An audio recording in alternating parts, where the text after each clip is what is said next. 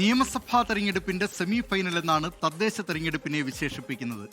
തദ്ദേശത്തെ വോട്ടൊഴുക്കിന്റെ കണക്കുകൾ നോക്കി നിയമസഭയിലേക്ക് ഒരുക്കം തുടങ്ങുകയാണ് മുന്നണികൾ.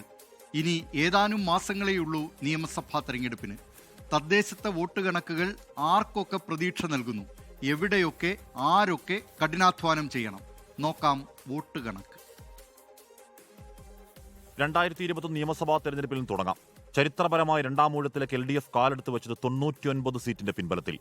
UDFന് 41 മാത്രമേ ജയിക്കാനായുള്ളൂ. NDAയ്ക്കാകട്ടെ ആകെയുണ്ടായിരുന്ന ഒരു സീറ്റ് നഷ്ടമായി. ഇനി 2024 ലോക്സഭാ തെരഞ്ഞെടുപ്പിലേക്ക്.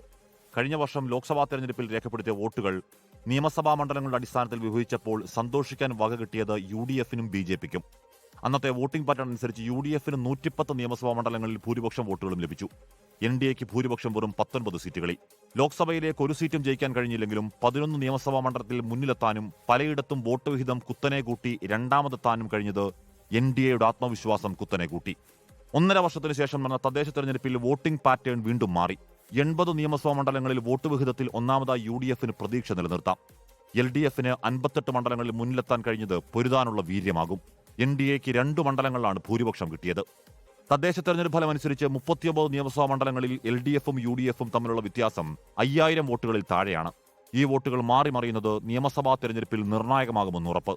ഇനി NDAയുടെ കാര്യമെടുത്താൽ കഴിഞ്ഞ ലോക്സഭാ തെരഞ്ഞെടുപ്പിലും ഇപ്പോൾ തദ്ദേശ തെരഞ്ഞെടുപ്പിലും BJPക്ക് മുന്നിലെത്താൻ കഴിഞ്ഞ 2 നിയമസഭാ മണ്ഡലങ്ങളാണ് നേമവും വട്ടിയൂർക്കാവും. വട്ടിയൂർക്കാവിൽ 2497 വോട്ടും നേമത്ത് 5049 വോട്ടുകളുമാണ് BJPക്ക് LDFനേക്കാൾ അധികമുള്ളത്. ഈ വോട്ടുകൾ നിലനിർത്തുക എന്നത് BJPയെ സംബന്ധിച്ച് ശ്രമകരമായിരിക്കും. പാർലമെന്റിലെയും തദ്ദേശത്തെയും വോട്ടിംഗ് പാറ്റേണുകൾ തമ്മിൽ വലിയ അന്തരമുണ്ടെന്നത് പ്രസക്തമാണ്. അതുകൊണ്ട് തന്നെ നിയമസഭാടിസ്ഥാനത്തിൽ ഈ 2 തെരഞ്ഞെടുപ്പിലുമുണ്ടായ ഏറ്റക്കുറച്ചിലുകളെ ഒറ്റത്തുലാസിളക്കാൻ കഴിയില്ല. എന്നാൽ ഇക്കുറി തദ്ദേശ തെരഞ്ഞെടുപ്പിലെ ഫലം നിയമസഭാ തെരഞ്ഞെടുപ്പിലേക്ക് വ്യക്തമായ ചില സൂചനകൾ നൽകുന്നുണ്ട്. കാരണം ഇക്കുറി തദ്ദേശ തെരഞ്ഞെടുപ്പിൽ പ്രാദേശിക വിഷയങ്ങൾ മാത്രമല്ല ചർച്ചയായത്. സ്വർണ്ണക്കൊള്ള ഉൾപ്പെടെയുള്ള വിഷയങ്ങൾ അതിനൊരു പാൻ കേരള സ്വഭാവം നൽകിയിട്ടുണ്ട്. കൊല്ലം, കോഴിക്കോട്, കണ്ണൂർ പോലുള്ള ശക്തി കേന്ദ്രങ്ങളിൽ CPIM നേരിട്ട തിരിച്ചടി ഭരണവിരുദ്ധ വികാരത്തിന്റെ സൂചനയും നൽകുന്നു. എന്നാൽ ഇപ്പോഴത്തെ മേൽക്കൈ നിലനിർത്താൻ UDF നന്നായി തന്നെ പണിയെടുക്കേണ്ടി വരും. കോട്ടകൾ നിലനിർത്താൻ LDFും. അക്കൗണ്ട് തുറക്കാമെന്ന BJP മോഹത്തിനും ഇപ്പോഴത്തെ സാഹചര്യത്തിൽ ഉറപ്പു പറയാൻ കഴിയില്ല. ലോകത്തെവിടെയായാലും ഏത് സമയത്തും 24 വാർത്തകളും ഓഗ്മെന്റഡ് റിയാലിറ്റി പാക്കേജുകളും എക്സ്പ്ലെയിനറുകളും വിശദമായി കാണാൻ ഞങ്ങളുടെ YouTube ചാനൽ നിങ്ങൾക്ക് സബ്സ്ക്രൈബ് ചെയ്യാം.